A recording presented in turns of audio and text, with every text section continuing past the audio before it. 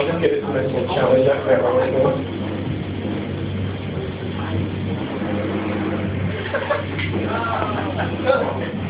It works.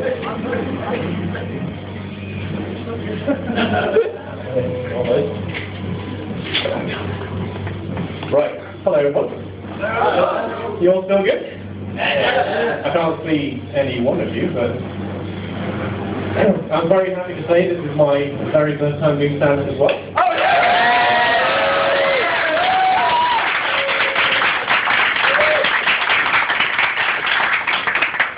Thank you.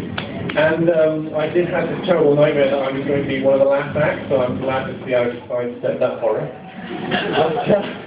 There we go. Yeah, so introductions first. I think that'd probably be the easiest thing. My name is Gareth Williams, or Gareth Reese Williams, to give me my full name. Seemingly my dad was trying to find the most Welsh name he could think of in the mid-80s. To this day, I'm surprised he didn't just go nuts and just go, oh, do you have anything? I'm Reese, Rodri, David, Taffy, Thomas, down the valleys, Williams. Yeah, my brother doesn't like that name. But yes, what was I going to say? I was trying to think of the most interesting thing to tell you all when I was writing this down a few weeks ago, and that was pretty much it. So it's going to be pretty dull from this point on. But I did think of quite an interesting thing I did, and you've got to wait for this because it's quite epic now, right? Last year, I got to the 3rd round of an episode of The Weakest Link. Yeah, that's pretty much the reaction my parents gave me as well. So descent into pity. It's like, oh, God, yeah. Particularly uninspiring when you think of the typical 3rd round question, where we just think it's along the lines of something like, who is the current UK British Prime Minister? Is it Gordon Brown or Gravy Browning? I can't believe I got that wrong. It's also particularly very odd to see that I only got to the 3rd round when you think that most of the contestants on that show look like they'd be confused to name their own gender if you asked suddenly.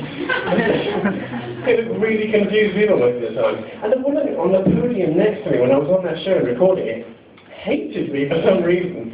She voted for me in every single round I was in, even the practice round before the game had even started.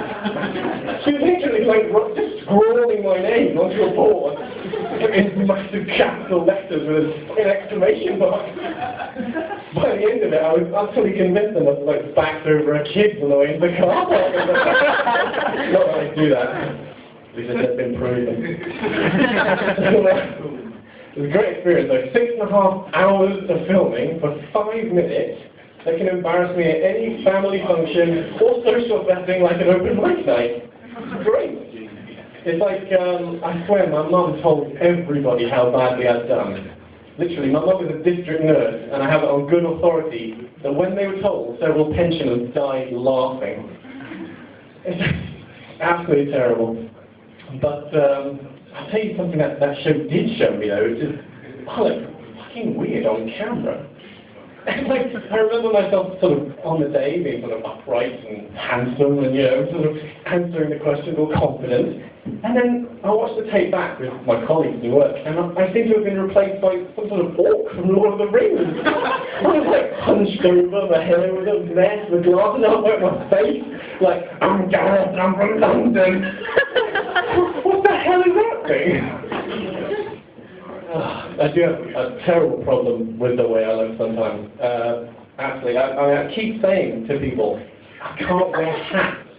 This is absolutely the worst thing in my life. I cannot wear a single hat without it looking ridiculous. I've tried to try thousands on, and I always come across looking like a slightly decorated egg. You know, like a child has taken a melon, put it sideways, and adorned it with accessories. That's pretty much my life. And you say I've got some sort of designer stubble going on here. It's not. It's purely as a breaker to stop my forehead running straight down into my torso. There's literally nothing in between it that isn't there. No chin, nothing. Straight down. Anyway, I'm being flashed from the back of the bar. Very friendly staff here, so I'm just going to leave it there. Thank you.